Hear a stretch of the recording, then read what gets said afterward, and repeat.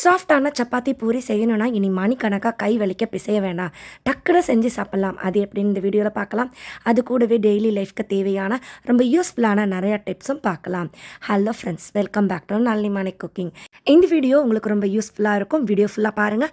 பார்த்துட்டு பிடிச்சிருந்ததுன்னா வீடியோக்கு ஒரு லைக் கொடுங்க. இப்போ முதல் டிப் என்னன்னு பார்க்கலாம்.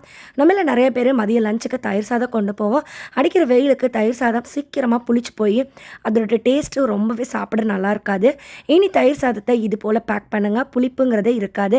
தயிர் சாதத்துக்கு கொஞ்சம் குறைவான சாப்பாடு எடுத்து வச்சுக்கோங்க.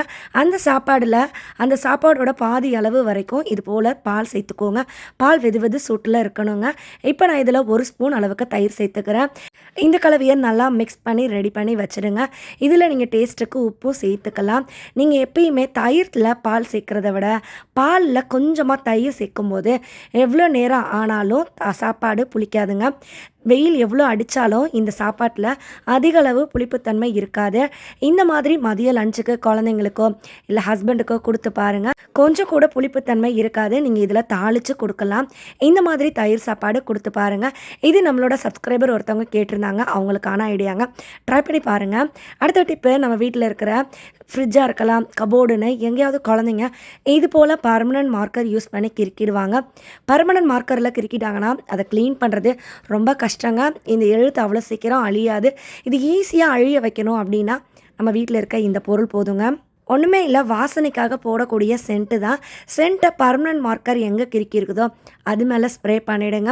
ஒரு ட்ரையான துணி வச்சு தொடச்சி எடுத்திங்கன்னா அந்த மார்க்கரோட எழுத்து அழிஞ்சு போயிடும். இது ரொம்ப யூஸ்ஃபுல்லான க்ளீனிங் ஐடியா, தெரிஞ்சு வச்சுக்கோங்க. என்னைக்காவது ஒரு நாள் தேவைப்படலாம். இப்போ நம்ம அடுத்த டிப் என்னென்னு பார்க்கலாம்.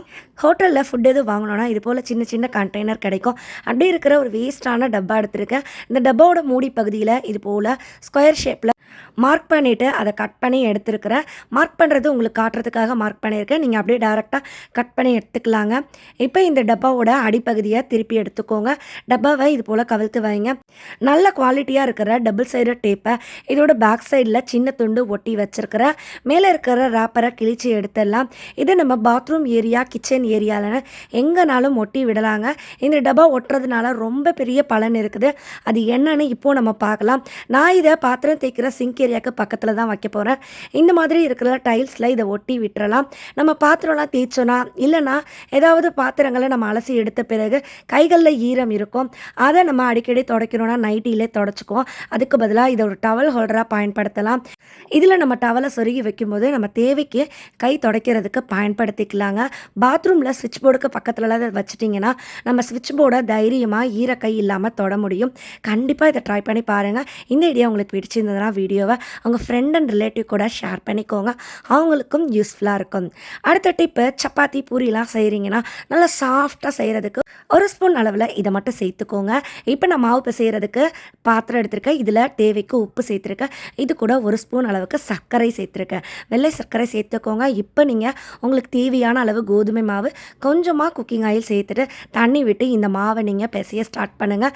நான் 1 கப் மாவுக்கு 1/2 கப் தண்ணி எடுத்து அதில் தான் மிக்ஸ் பண்ணியிருக்கேன். நீங்கள் தண்ணி கொஞ்சம் கொஞ்சமாக சேர்த்து மாவை இது போல் ஒன்று திரட்டி எடுத்துக்கோங்க. நீங்கள் செய்கிற மாவு ரொம்ப அழுத்தம் கொடுத்து பிசைய தேவையில்லை. நீங்கள் வெறுமன மாவை மிக்ஸ் பண்ணி இது போல் எடுத்தாலே போதுங்க. நிறைய பேருக்கு கைகளில் பல பிரச்சனைகள் இருக்கும். குறிப்பாக வயசானவங்களுக்கெல்லாம் கைகளை அழுத்தம் கொடுத்து பிசைய முடியாது. சின்ன வயசில் கூட நிறைய பேருக்கு கைகளில் பிரச்சனை இருக்கும். ரொம்ப ஸ்ட்ரெயின் பண்ணி பிசைய தெரியாது, பிசையவும் கஷ்டப்படுவாங்க.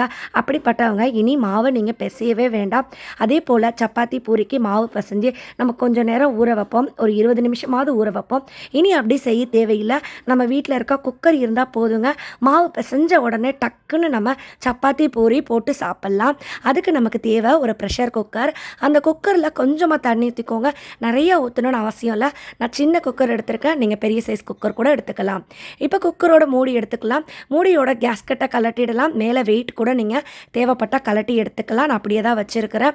இப்போ நீங்கள் பிசைஞ்சு எடுத்த மாவை குக்கர் மூடியோட உள் சைடில் இது போல் வச்சு நல்லா ப்ரெஸ் பண்ணி விட்டுருங்க.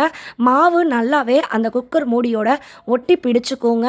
இது போல் நம்ம செய்கிறதுனால குக்கர்லேருந்து மாவு கீழே விழுகாது. நீங்களே பாருங்கள், நான் கவிழ்த்து காட்டுறேன். மாவு எங்கேயுமே விழுகாது. ஏன்னா இந்த குக்கர் மூடியை நம்ம குக்கரில் க்ளோஸ் பண்ண போகிறோம். அடியில் நம்ம தண்ணி வச்சுருக்கோம், அதனால உங்களுக்கு பயம் இருக்கும். மாவு நீங்கள் கரெக்டாக வச்சிட்டிங்கன்னா உள்ளே விழுகாது. அப்படி உங்களுக்கு பயமாக இருந்ததுன்னா குக்கருக்குள்ளே ஒரு வெறும் பாத்திரம் கூட நீங்கள் வைக்கலாங்க. இப்போ இந்த குக்கரோட மூடியை மாவோடு சேர்த்து நான் க்ளோஸ் பண்ணியிருக்கேன். மாவு உள்ளே விழுகாதுங்க. நீங்களே பாருங்கள், நான் செஞ்சு காமிச்சிருக்கேன். 2லேருந்து ஒரு 3 செகண்ட் போல் இதை மூடி நீங்கள் வைங்க. குக்கர் உள்ளே இருக்கிற தண்ணி நல்லா கொதிக்க ஆரம்பிக்கும். அதோட ஆவியில் இந்த மாவு படும்போது மாவு நமக்கு கைகளில் அழுத்தம் கொடுத்து பிசைஞ்சோன்னா எப்படி சாஃப்டாக இருக்குமோ அது போல் இருக்குங்க. இப்போ நான் ஒரு 2 செகண்ட் வச்சு எடுத்துட்டேன். இந்த தண்ணி கொதிக்க ஸ்டார்ட் ஆகிருக்கு. இந்த டைமில் இந்த மாவை நம்ம வெளியில் எடுத்துடணும். ரொம்ப நேரம் வைக்கக்கூடாது. 2லேருந்து ஒரு 3 செகண்டு தாங்க. அந்த ஆவி பட்ட உடனே மாவில் நல்ல ஒரு மாற்றம் இருக்கும். இப்போ இந்த மாவை நம்ம மூடியிலேருந்து எடுத்துடலாம். இது சூடாலாம் இருக்காது, ஆனால் மாவோட உள் சைடு நல்லா சாஃப்டாக இருக்குங்க. நம்ம கை தொடர சூட்டுக்கு தான் இருக்கும், அதனால பயப்பட தேவையில்லை. இப்போ இந்த மாவை நீங்கள் ஒன்று திரட்டி எடுத்துக்கோங்க. கைகளில் கொஞ்சமாக குக்கிங் ஆயில் அப்ளை பண்ணிவிட்டு மாவை இது போல் நீங்கள் உருட்டி எடுத்துக்கோங்க. நான் இதில் அழுத்தம் கொடுத்து பிசைய கை வலிக்க அழுத்தம் கொடுத்து எந்த வித ப்ரெஷரும் கொடுக்கலங்க. மாவை நம்ம மிக்ஸ் பண்ணிவிட்டு இந்த மாதிரி குக்கர் மூடி பயன்படுத்தும் போது மாவு வழக்கத்தை விட சாஃப்டாக இருக்கும். இதில் செய்கிற சப்பாத்தியும் பூரியுமே ரொம்ப ரொம்ப சாஃப்டாக வருங்க. நீங்கள் ஒரு முறை ட்ரை பண்ணி பாருங்கள். பிகினராக இருக்கீங்க, வயசானவங்களாக இருக்கீங்க, கைகளில் அழுத்தம் கொடுத்து பிசைய கஷ்டமாக இருக்குது, உங்களால் பிசைய முடியலன்னா கண்டிப்பாக இந்த வீடியோ, இந்த ஐடியா உங்களுக்கு ரொம்ப யூஸ்ஃபுல்லாக இருக்கும். ட்ரை பண்ணி பாருங்கள். சப்பாத்தி மாவு ஃப்ரிட்ஜில் வச்சுட்டிங்க, கொஞ்சம் ஹார்டாக இருக்குதுனால இதே மெத்தடில் அதோட கூலிங்கை டக்குன்னு போக வச்சு நம்ம உடனே சப்பாத்தி பூரி செஞ்சு சாப்பிட்லாம். இந்த வீடியோ பிடிச்சிருந்தா லைக் பண்ணுங்கள், ஷேர் பண்ணுங்கள், சப்ஸ்கிரைப் பண்ணிக்கோங்க. நான் மறுபடியும் உங்களோட ஒரு சூப்பரான வீடியோவில் சந்திக்கிறேன். அது வரைக்கும் பாய் ஃப்ரெண்ட்ஸ். தேங்க்ஸ் ஃபார் வாட்சிங்.